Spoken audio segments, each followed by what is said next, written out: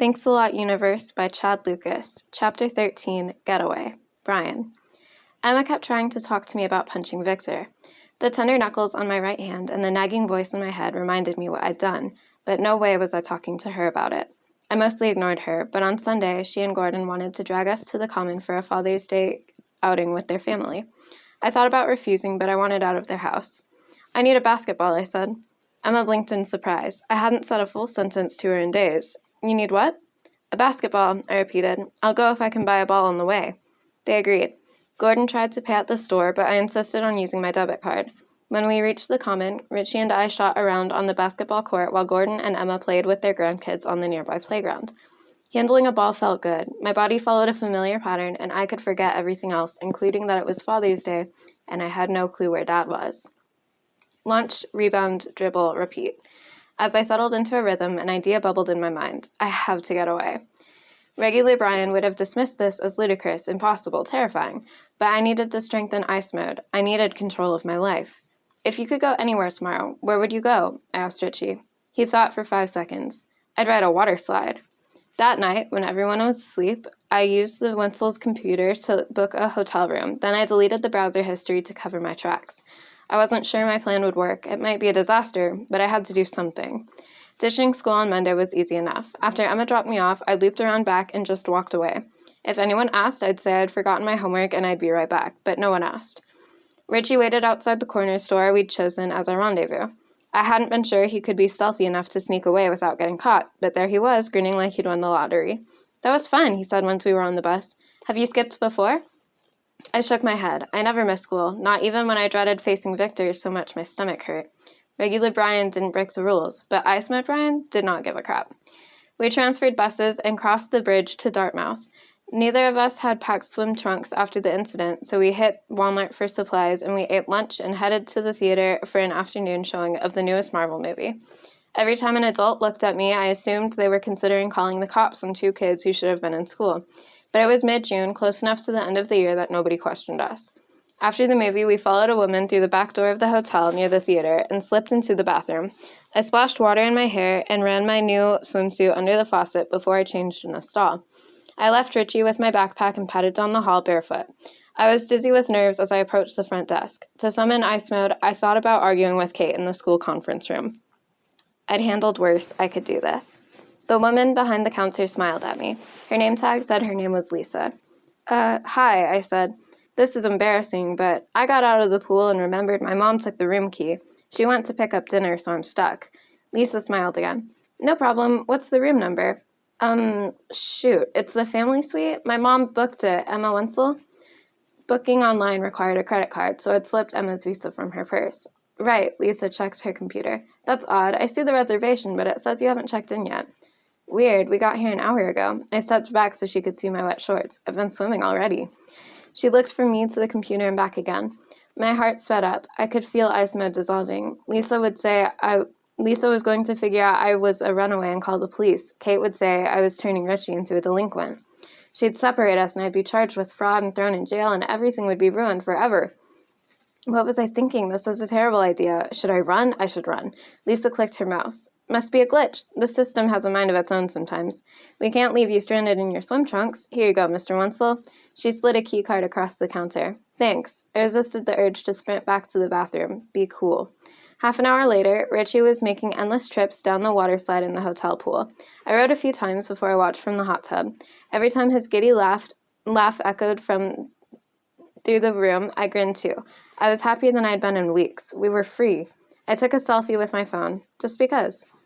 This is the best night ever, Richie declared. He lounged on the queen-sized bed in his underwear, propped up on 4 pillows like a Roman emperor, watching TV and eating chicken and fries with his fingers.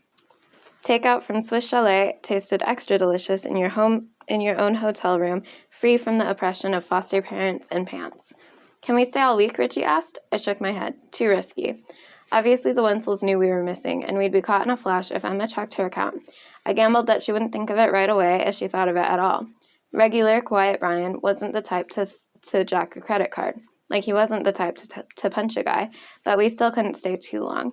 When Richie finally fell asleep, I made an account on an online rental site. I fudged some of the details like my birth date and booked a secluded cabin that would leave a key and take online payment from my bank account, so I never had to meet the owner face-to-face. When that was done, I scanned local media for stories of 2 missing brothers. We weren't breaking news yet. Before I could change my mind, I called Hank. He sounded surprised when he picked up. "Hey, Brian, everything all right?" "Today was great," I said. "Richie and I saw a movie and went swimming." "Cool. School field trip?" "Nope, just the 2 of us." "What about your, Nope." Long silence. "Brian, where are you now?" "A hotel." "What? How? With who?" "With whom," I thought, because I was a grammar nerd. "No one. We're better off alone." Hank exhaled. I could hear him searching his brain for what a grown-up was supposed to say to a 13-year-old runaway. "Just letting you know we're fine in case you hear we're missing or anything. Good night." I hung up before he could say anything else. This was a test, for me and for Hank, too. I needed to know what he'd do. I figured he'd freeze my account so I'd withdrawn enough cash to last a while. Would he search for us, make an anonymous tip to the cops, do nothing? My phone rang. It was an unidentified number, not Hank. I let it ring. After it stopped, a text popped up and my heart somersaulted. "It's Dad, calling again. Answer your phone." Of course, Hank's first move was to call Dad. I should have seen that coming. Even though I expected it, I jumped when my phone rang again. "Brian," Dad said when I answered, "what do you think you're doing?" I hadn't planned for this, but maybe I secretly wanted this test. I pushed aside my natural instincts and answered, "I'm doing what I have to do, Dad. Isn't that what you always say?" In Dad's 2 seconds of silence, the universe rearranged itself. He laughed in surprise. "Okay, you're running away. What are you planning to accomplish?" "Don't think too hard. Say it." "I don't know yet. How's it working for you?" More silence. I almost blurted sorry out of habit, except I wasn't sorry. "Huh," Dad said. "I guess I deserved that." What now? This was way off our usual script. "Where are you?" I asked. "Toronto, trying to figure things out." "Where are you?" "A hotel, trying to figure things out." Dad laughed again. My face tingled. "This is funny?" "I'm surprised you're giving me lip. You never give me lip." Dad wasn't mad. He sounded almost proud. "Things are different, Dad. You're not here. Mom's not here. Everything's different." "I know, B-Man. I'm trying, but..."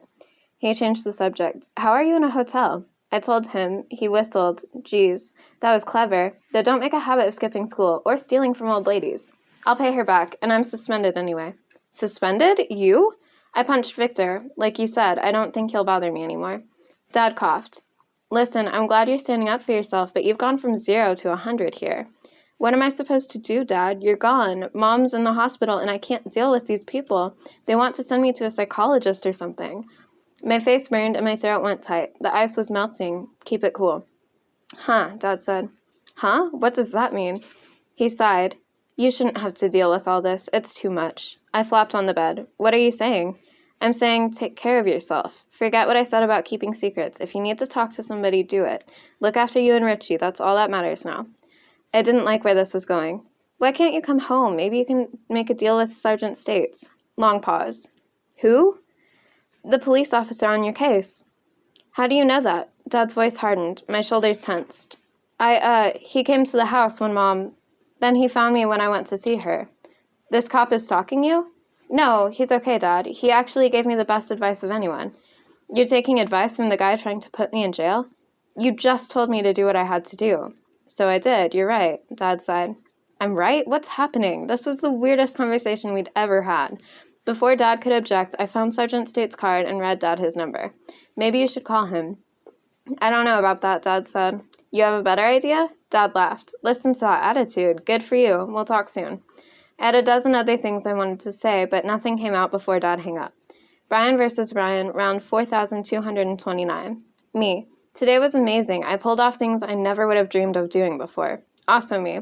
"You skipped school, told a dozen lies, committed at least 2 kinds of fraud, and stole from people who are trying to help you. Nice work." Me. "Richie and I had fun for the first time since the incident. He's safe and happy." Also me. "For now, how are you going to keep this up?" Me. "Can we not go there yet? Focus on the positive. I called Hank without panicking. I argued with Dad, and he actually listened. He sounded proud." Also me. "He thinks you need help." Me. "That's not..." Also me. "He said you should talk to somebody. He can tell. Everyone can tell. Even Victor. Everyone knows you're losing your mind." Me. Also me. "You know what's happening, right?" Me. "Shut up." Also me. You don't sleep, you barely talk, you broke a guy's nose and robbed your foster parents and ran away. Normal kids don't do these things. Troubled kids do. Me. I'm just trying to get through this. Also me. Get through what? There's no end here. Your life is a disaster. Your mom had a breakdown and your dad's a fugitive. They're broken and so are you. Me. Shut up. Shut up. Shut up. Also me. You're doomed. I didn't sleep any better than I did at the Wenzels. I barely slept at all. Chapter 14. Pink Elephant. Ezra. Brian wasn't in school on Monday. I looked for him until I remembered that punching Victor was probably worth a suspension. Maybe he wasn't coming. I was still thinking about him on Tuesday as conversation ping-ponged around me during morning break. Kevin grilled Colby on the latest developments with Gemma. Have you kissed her yet? Colby gave a sly shrug. I kissed her on the cheek. Ty laughed. The cheek? What are you, European? He adopted a terrible accent, somewhere between British and French. Thank you for a superb evening, darling. Colby reddened. Her friends were around. I didn't want to, A cheek kiss still counts, Kevin declared. Right, Ezra? I blinked. What? Sure. Really? No jokes? Colby tilted his head. You're so zoned out today. Just thinking about this riff I'm learning, I mumbled. Colby rolled his eyes. You're obsessed, bro. He pointed at my fingertips, moving in rhythm on the cafeteria table. I tucked my hands in my lap. Go with the spacey rock star thing, Kevin told me. It works for you. I heard Maddie say you have dreamy eyes. You do have beautiful eyes, Ezra, Ty said. They're 10 out of 10 dreamy. Colby scowled. Knock it off. He slugged me on the shoulder. I told you Maddie likes you. You should ask her out. Not right away, Kevin objected. Pretend you're not interested. Build up the mystery. Mystery? Ty laughed. Where do you guys get this stuff? I tuned out as they bickered over romantic strategy. I wished we were having a different conversation. When the bell rang, we split up, and Ty and I headed to social studies. What's up, E? He asked. You really are extra spacey today. I took a breath and said it. Do you think we try enough with Brian? What do you mean? I didn't know he had a beef with Victor. He never mentioned it. B handled Victor just fine. Ty grinned and threw a jab. Yeah, but he's our teammate. That means something, right? Together, everyone achieves more. Ty placed his hand over his heart and imitated Coach. I managed a heh. He plays with us at lunch, Ty said. He knows he's one of the team. I guess. I let it go. But I knew Brian hadn't played once last week. I tried to stop thinking about him, but it was like that game where someone says, try not to imagine a pink elephant. Instantly, it's the only thing you can picture. Then, at the end of the day, a police officer walked past my locker. Miss Florman was with him, and they went into Mrs. Cleland's room.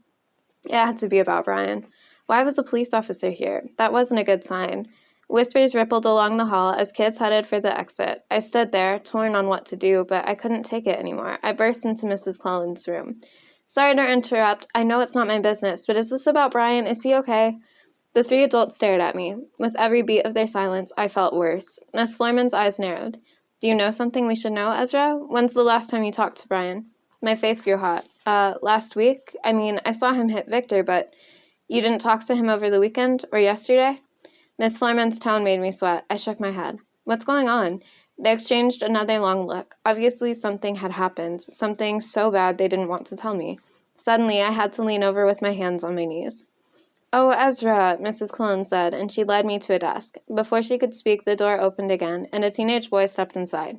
He looked like he was in high school. He was tall, more than 6 feet, with light brown skin, around the same shade as mine. Hi, Mom, he said to Mrs. Cleland. Still need a ride home? I texted you. He noticed the police officer and broke into a grin. Hey, Oliver, what are you doing here?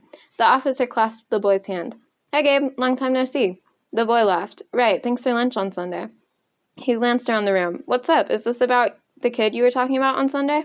Mrs. Cleland and the police officer stared in surprise. I kind of eavesdropped, Gabe admitted. Miss Florman pursed her lips. Mrs. Cleland sighed.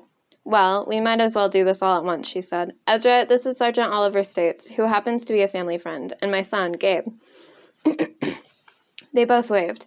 Hey, man, Gabe said, and offered me a fist bump. So, Mrs. Cleland continued, Brian and his younger brother are missing. They were dropped off at school yesterday, but never went inside. They haven't been seen since. That's the reason for the questions, Ezra. If you know anything that might help, we'd appreciate it. Everyone waited as if I was the key to this mystery. I squirmed, feeling like a fraud. I couldn't believe Brian ran away. It didn't seem like something he'd do, but neither did punching Victor. Brian's pretty private, I said. He doesn't say much. I wish I had something helpful to tell you. Sorry. But whatever you're doing to find him, I want to help. Me too, Gabe said. The adults went silent. Sergeant State scratched his head. I appreciate your concern, guys, but we don't need a search party right now. He pulled a business card out of his pocket and handed it to me. You can help by keeping an eye on social media. If you see anything related to Brian, let us know. I took his card and didn't mention that Brian might be the most offline kid at Halifax North. Do you want my number in case you find anything I should know? He smiled. Sure, couldn't hurt. I gave him my number. Oliver and I are going to talk to Brian's mother, Mrs. Cullen told Gabe, so I don't need a ride, but I'll see you at dinner. Thanks for your cooperation, Ezra, Miss Flerman said. Please keep this to yourself for now. We'll see you tomorrow. I caught the hint in her tone and said goodbye. Gabe walked out with me. You're friends with this kid? He asked. Yeah, I pushed away a surge of guilt. You know where he hangs out? I shrugged. He likes the library. Gabe slowed. You have anywhere to be right now? Not really. He grinned. Want to take a quick road trip? I followed Gabe to his car. A girl sat in the passenger seat, so I hopped in the back. Ezra, this is my girlfriend, Brittany, Gabe said as he climbed in the driver's seat. Brittany turned. Her hair was shaved on one side, and the rest swooped in front of her face like a comma. One streak at the front was dyed pink. Nice to meet you, Ezra. I'm also a fully functioning person on my own. Cool Japan droid shirt. She turned to Gabe. What's going on? We're leaving your mom, but you found a junior high with impeccable taste in music and kidnapped him for me? That's sweet. I liked Brittany already. Gabe shook his head. Remember, I told you Mom was worried about one of her students? He's missing. Ezra's his friend. We're going to look for him. Oh, Brittany glanced in the mirror. Sorry, a kidnapping joke wasn't cool. It's okay, Gabe said. No, it's okay. Gabe saying friend made me feel guilty again. Brian was headed for the Central Library on Spring Garden the day we met on the bus, so I directed Gabe there. The library downtown was one of the coolest places in Halifax, a 5-story glass building designed to look like a stack of books. Inside, the middle was wide open with crisscrossing staircases. We split up in the lobby. I described Brian to Gabe and Brittany, and we exchanged numbers. Text me if you think you see him, I said. He's really shy, and he might get weirded out if a stranger approaches him. No offense. Gabe laughed. None taken. I searched the kids and teens section on the second floor. I knew there wasn't much of a chance Brian was chilling at the library, but I still walked the whole floor and scanned the rows of kids using computers. I even looked up books on beekeeping in the nonfiction section on the 4th floor, but Brian wasn't there, and he hadn't hidden any secret messages inside a short history of the honeybee. Yeah, I checked. Of course, he hadn't remembered my random joke and left a clue only I would understand. I wasn't the star of a cheesy detective movie. What were you thinking, dingus? I said out loud as a bearded man in suspenders walked past. He gave me a dirty look, but I pretended to be absorbed in bee literature. I met up with Gabe and Brittany in the 5th floor cafe. They hadn't found anything either. I let out a breath. I wish I knew why Brian ran away. Gabe and Brittany went quiet in a way that told me they knew something I didn't. What? I asked. Gabe hesitated. I'm not sure I should say. He glanced at Brittany. I shouldn't even know. I eavesdropped on Mom and Oliver, and I told Brittany, but I understood what he didn't say. If I was really Brian's friend, I should already know. My frustration at my own uselessness bubbled over. Okay, I know I'm a lousy friend. We sat together on the bench all through basketball season, and I still barely know him. Nobody knows him. People tease him, and I'm the only kid who knows he's missing, and it's wrong, and it sucks, but I want to find him. So if you know something, you should tell me. I slumped in my seat, sure that these two high schoolers would decide I was a fraud and take me home. You guys are both on the basketball team? Gabe said. Nice, I play for Citadel High. Brittany jabbed his chest. That is the first thing you bring up? Come on, tell him what you heard, Gabe. Gabe exhaled. He's been staying in a foster home. Oliver's involved because of Brian's parents for some reason. I didn't hear the details. Mom sounded upset, like she was really worried about Brian. Now he's missing. I remembered how miserable Brian looked the morning before we ended up on the bus together, and how hopeless he seemed the last time I saw him, right before he threw a punch. Victor was just the last straw. What if I'd stood up for him then? What if I hadn't been such a wimp? Maybe he wouldn't have snapped. Maybe he wouldn't be gone. Brittany must have noticed how lousy I felt, because she gave me a kind smile. We'll find him. We sat deliberating our next move. I was grateful for their company. We weren't any closer to finding Brian, but the weight in my chest didn't feel as heavy. My phone rang. I didn't recognize the number, but it was local, so I answered. Ezra, this is Mrs. Cullen. She paused. This might sound strange, but I'm at the hospital with Brian's mother. She wants to speak with you.